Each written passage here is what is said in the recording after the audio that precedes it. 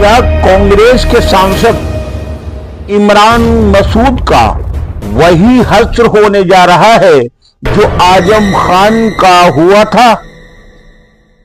नमस्कार, मैं दीपा शर्मा और आप देख रहे हैं कमेंट टुडे टीवी।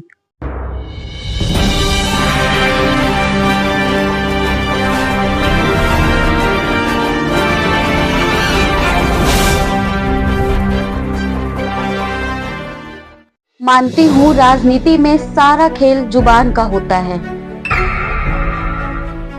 फिर भी उसे इतनी लंबी मत करो, उससे समस्याएं खड़ी हो जाएं। मानती हूँ जुबान जब बहुत लंबी हो जाती है ना, तो उसके परिणाम बहुत ही भयानक हो जाते हैं। चाहे घर हो, परिवार हो, समाज हो, राजनीति हो, लंबी जुबान का दंश भुगतना ही पड़ता है।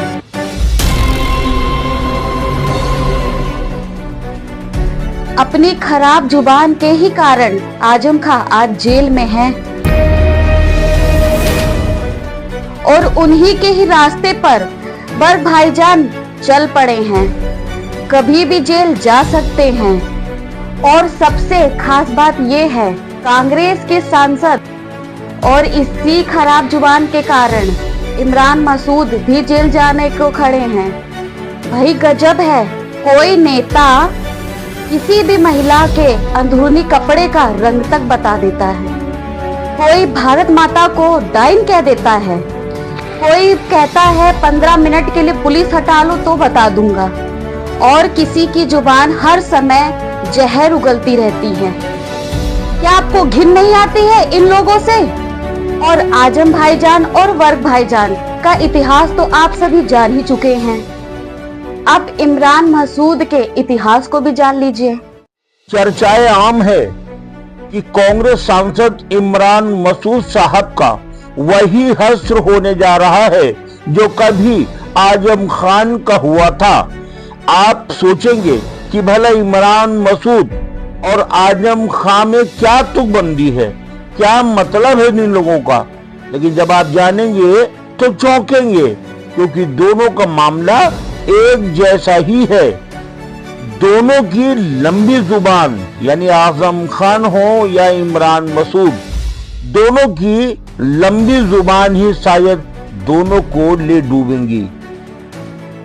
आजम खान की जुबान के बारे में सभी जानते हैं और वैसी ही मिलती जुलती जुबान इमरान मसूद साहब की भी है।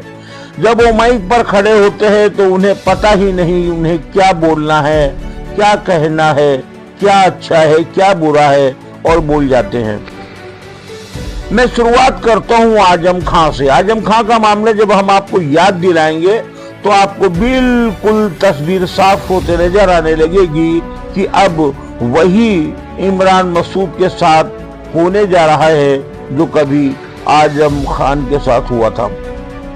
आजम खान की शुरुआत होती है हेट स्पीच से। मसूद साहब की शुरुआत भी हेट स्पीच से ही हुई है। पहले हम आजम खान के बारे में आपको बताने जा रहे हैं। जब आप आजम खान की ये स्टोरी सुनेंगे तो आपके समझ में बहुत कुछ आ जाएगा। ये वाकया है सन 2019 का। लोकसभा का चुनाव हो रहा था और आजम खान रामपुर से सांसद का चुनाव लड़ रहे थे। हालांकि उनमें मोहब्बत तो उत्तर प्रदेश से है और वो यूपी की राजनीति को ही पसंद करते हैं, लेकिन 2019 में लोकसभा का चुनाव लड़ रहे थे। मंच पर खड़े थे, भीड़ अच्छी खासी थी, चारों तरफ से प्रशंसक उनके जिंदाबाद के नारे लगा रहे थे, और ऐसे में नेता अक्सर आपे से बाहर हो जाते हैं। आपे से बाहर आजम खान भी हो गए। पता नहीं क्या हुआ कि पहले उन्होंने मोदी को उल्टा सीधा बोला, फिर योगी को उल्टा सीधा कहा, और फिर स्थानीय रामपुर के डीएम पर आ गए। उस समय रामपुर के जिलाधिकारी अंजनय कुमार थे। आजम खान ने रामपुर के डीएम अंजनय कुमार के खिलाफ बोलते हुए कहा कि चुनाव के बाद मैं इस कलेक्टर से अपने जूते साफ करवाऊंगा। इतना ही नहीं, उनकी मां के लिए भी कुछ अभद्र शब्दों का प्रयोग किया। आजम खान ने कहा कि इसके जैसे कलेक्टर मेरे ऑफिस में पेशाब करने के लिए खड़े रहते हैं। यह वाकया 2019 लोकसभा चुनाव का था। कुछ दिन भी नहीं गुजरे कि अचानक एक पंचायत अधिकारी ने आजम खान के खिलाफ मुकदमा पंजीकृत करा दिया। मुकदमा कई धाराओं में लिखा गया था। 2022 में उस मुकदमे में फैसला आया और इन्हें 3 वर्ष की सजा सुनाई गई। आजम खान के लिए यह चौंकने वाली बात थी, क्योंकि कानून के अनुसार अगर 2 वर्ष से ज्यादा की मुकदमा सुनाया जाता है तो चाहे लोकसभा हो या विधानसभा इस्तीफा देना पड़ता है, यानी चुनाव उसका कैंसिल कर दिया जाता है। यही आजम के साथ हुआ। उनकी सदस्यता गई, उन्हें गिरफ्तार किया गया और गिरफ्तार करके जेल में डाल दिया गया। यहीं से आजम खान के जेल जाने की शुरुआत हुई। उसके बाद आजम खान पर लगभग 90 मुकदमा पंजीकृत कर लिए गए और आजम आज भी जेल में हैं। आज उनके परिवार में कोई कुछ नहीं है। ऐसा ही वाकया इमरान मसूद साहब का है। इमरान मसूद साहब पश्चिम उत्तर प्रदेश के बड़े मुस्लिम नेता माने जाते हैं।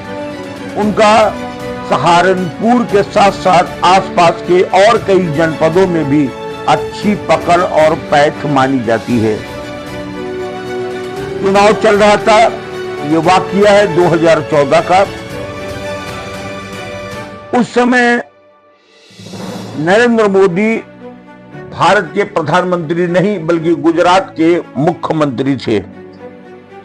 मसूद साहब अपने समर्थकों के बीच घिरे हुए थे और भाषण कर रहे थे। वैसा ही वाकया आजम खान जैसा, वैसे ही जिंदाबाद के नारे और वैसे ही लंबी जुबान और वैसे ही फिसला मकान। आजम खान की तरह मसूद ने भी भरे मंच से मोदी को चेतावनी देते हुए कहा कि मोदी जी ध्यान से सुन लीजिए, ये गुजरात नहीं है, ये उत्तर प्रदेश है। क्योंकि गुजरात न समझे इसे, गुजरात में 4% मुसलमान है, जबकि उत्तर प्रदेश में 42% मुसलमान है। मोदी ने अगर यूपी में को गुजरात बनाने की कोशिश की तो यहाँ का मुसलमान मोदी को कड़ा सबक सिखाएगा, उनकी बोटी बोटी काट डाली जाएगी। यानी साफ साफ कहा कि नरेंद्र मोदी की बोटी बोटी काट डाली जाएगी। इसके साथ उन्होंने 2 स्थानीय बसपा के दलित नेताओं के खिलाफ भी बयानबाजी कर दी। ऐसा ही एक मामला हरिजन एक्ट के साथ 2 संप्रदायों में तनाव पैदा करने मुकदमे की धाराओं के साथ इमरान मसूद के खिलाफ भी मुकदमा पंजीकृत कर लिया गया। मुकदमा कोर्ट में चल रहा है, एमपीएमएलए कोर्ट में चल रहा है। पुलिस ने चार्जशीट दायर कर दी है, जिसमें 19 लोगों के बयान लिए गए हैं, जिसमें 4 पुलिस कर्मचारी भी बताए जाते हैं। 2014 में दर्ज किया हुआ ये मुकदमा आज भी बहुत धीरे धीरे चल रहा है।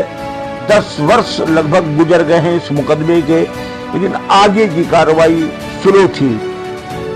अचानक सहारनपुर के देवबंद में रहने वाले बजरंग दल के प्रांत संयोजक विकास त्यागी ने उत्तर प्रदेश के मुख्यमंत्री योगी आदित्यनाथ को एक पत्र लिखा और पत्र में लिखा कि हेट स्पीच का एक मामला इमरान मसूद के खिलाफ कोर्ट में चल रहा है, चार्जशीट दायर कर दी गई है, लेकिन अभी तक उसका कोई फैसला नहीं आया है।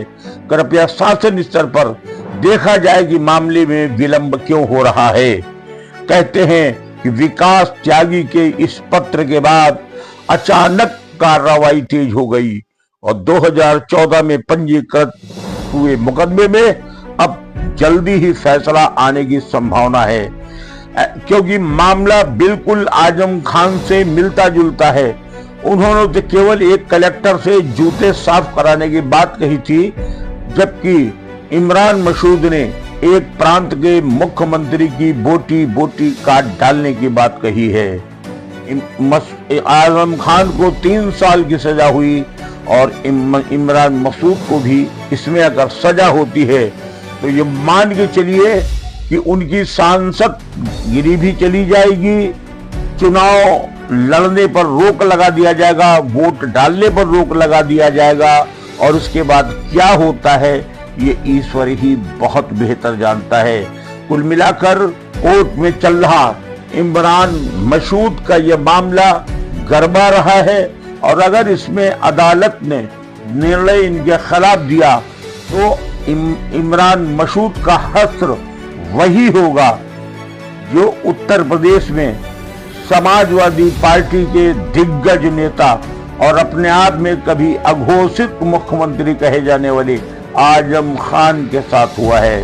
ऐसा ही कुछ अब शायद इमरान मसूद के साथ होने जा रहा है, लेकिन मामला न्यायालय में है और फैसला न्यायालय को करना है। उससे पहले दिमाग आपको भी लगाना है कि क्या हो रहा है, क्या नहीं हो रहा है, इसमें क्या होगा और क्या नहीं होगा। इसके लिए तो बेहतर विकल्प ये है कि आप अपनी राय हमारे कमेंट बॉक्स में लिखें कि इस दोनों वाक्यों को सुनने के बाद आपको क्या लगता है। अगर आप सच देखना चाहते हैं, सुनना चाहते हैं, जानना चाहते हैं, तो अभी और इसी वक्त कमेंट टुडे चैनल को सब्सक्राइब करें। कमेंट टुडे चैनल केवल सच और सच और सच ही दिखाता है।